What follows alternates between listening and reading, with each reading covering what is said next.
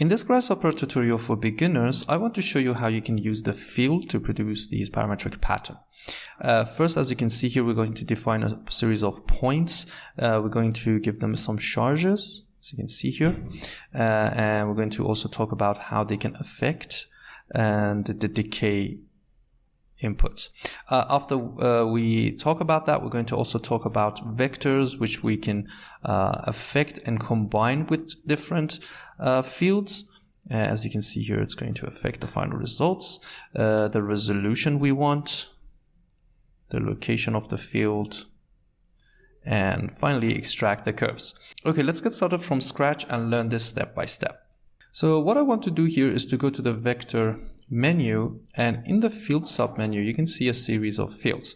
For this example files, to make it as simple as possible, I'm going to use a spin force and a vector force so you understand it, because actually a point charge is going to be combined with a spin, which is, I think, is a good example to get into the field lesson. So what I want to do is to just put a spin force, so you can see here by default the point is the center of the plane is here. You can give it any plane you want. For example, if I give it a point, it's going to assume it's an XY plane. But if you want to make a custom plane, let me just draw something like a rectangular surface and just rotate this in space. If I give this rectangular space a surface as the point, it's going to assume this is the plane of the field. So remember that you can put that in different planes. But now, to make it as simple as possible, what we want to do is to make it in XY plane. I'm going to give a point from the params menu, set multiple points, and try to work in the XY positive plane. I mean, in the axis of X and Y, work here is better than in the negative. So I'm going to just put multiple points here, like 5 points. Now that we have the point, let me just turn on the full inputs. There is going to be the strength. The strength has to be can be positive or negative. So if it's like 5 points, I'm going to go to the utility and use this gene pool. Double click it. This is the number sliders we need because it's like 5 points. I'm going to say 5, and it's going to be by minus 10 to 10. We have to change this number if it's not really that good, but right click on the gene pool and randomize it so you have random numbers. Give it to the strength. So you can see that this is going to affect the direction of the spin force, a negative or positive. Now, you can also just switch that by going to decimal 0 and saying -1 to 1. By this way, you can just put it into 1 or -1. The 0 is going to put it into not affecting anything. So you can also use this technique if you want to. Okay, now that we have the direction of the spin force, we have to give it a radius. So I'm just going to make another gene pool. This time we have to have some decimals and -10 to 10. It's based on your project, so we're going to check out if this radius is big or small. You can see how big it is. So maybe for this example, like -3 to 3 is going to be fine. And we can see the results, okay? So you can see minus or plus is not going to affect it, so we just have to stay with positive, like from 1 to 5. Okay, this is the smallest radius and this is the biggest radius. All of them has to be positive, and it's going to, this one is going to switch the direction. Okay, now that we have these number sliders, what we want to do is to give a decay.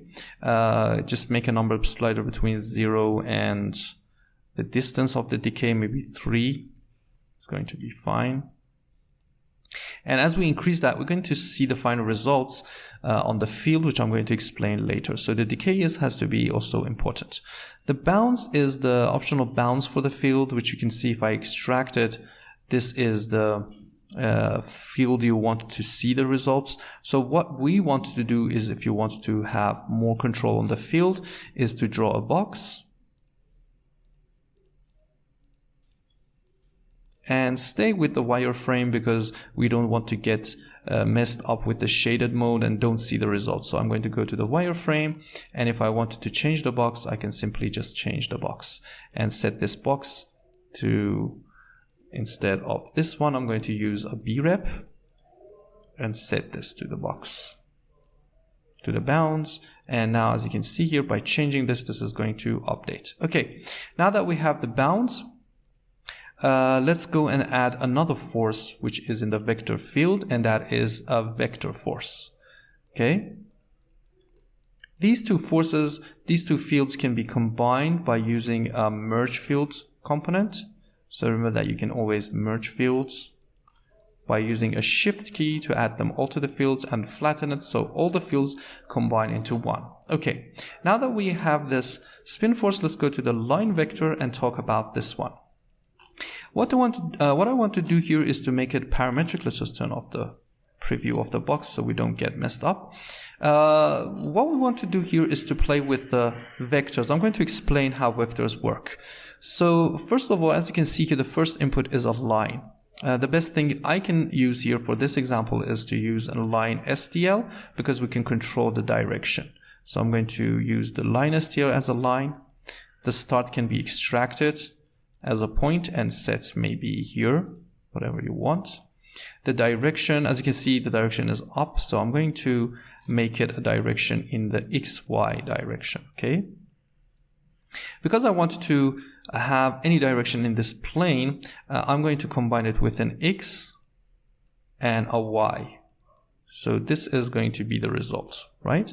So why not just write an X unit, a Y unit, go to math and add them up with an addition. You can also add other vectors if you want to,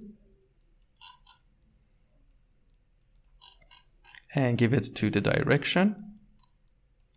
And by giving a multiplication to these factors, we can control the direction. So for example, we can say from minus 2 to 2 with 2 decimals for the X and another one for the Y.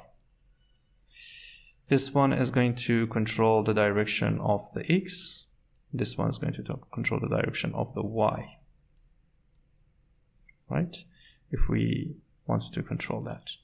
And finally, the length is the controllable vector we're going to assume. It's like here the default is 1, so why not say from 0 to 10 with 2 decimals. You can see that we can increase this field also combined with that. Okay, now that we have these two fields combined, it's the time to visualize these fields. How can we do that? If you want to visualize the fields inside a surface, what you can do is to draw a surface, for example this rectangular surface, bring it inside Grasshopper, and for example I can use the surface divide surface component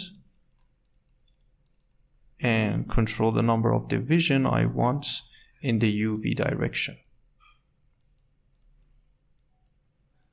And remember that you have to flatten the points because those points are in groups, and we want all of those points to be used in one field direction, okay? Now that we have the fields and we have the points, we can go to the vector field and use this field line. Give the field to the field, points to the points, and you can see that this is going to give you the results. Let's decrease this.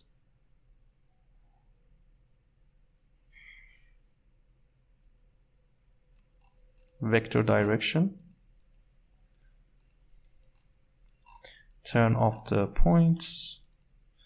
So you can turn off the surfaces, turn off the spin force, turn off the merge fields.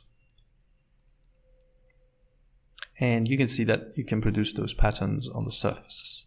Okay, the division is going to be how many curves we need in the UV. There's also a step that you can control, number of samples. So if I say 10 to 1000, you can see that by increasing that, you can see the curves. That's how we can do that.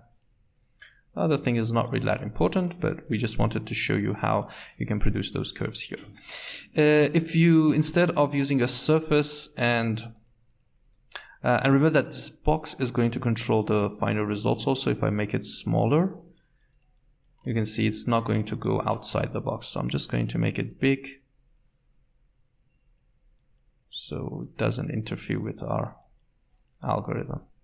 This is not really that important because it's in the plane we are producing those points. The points is important, so I'm just going to internalize that if you want to make that and change that in later. Okay, now that we have that, remember that you can play with the points.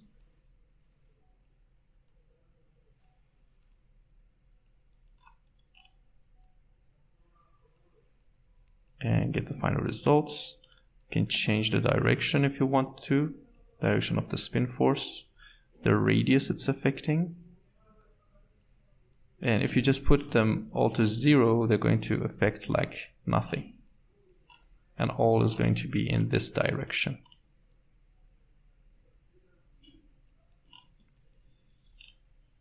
So again, we can switch between these positive and negatives and radiuses.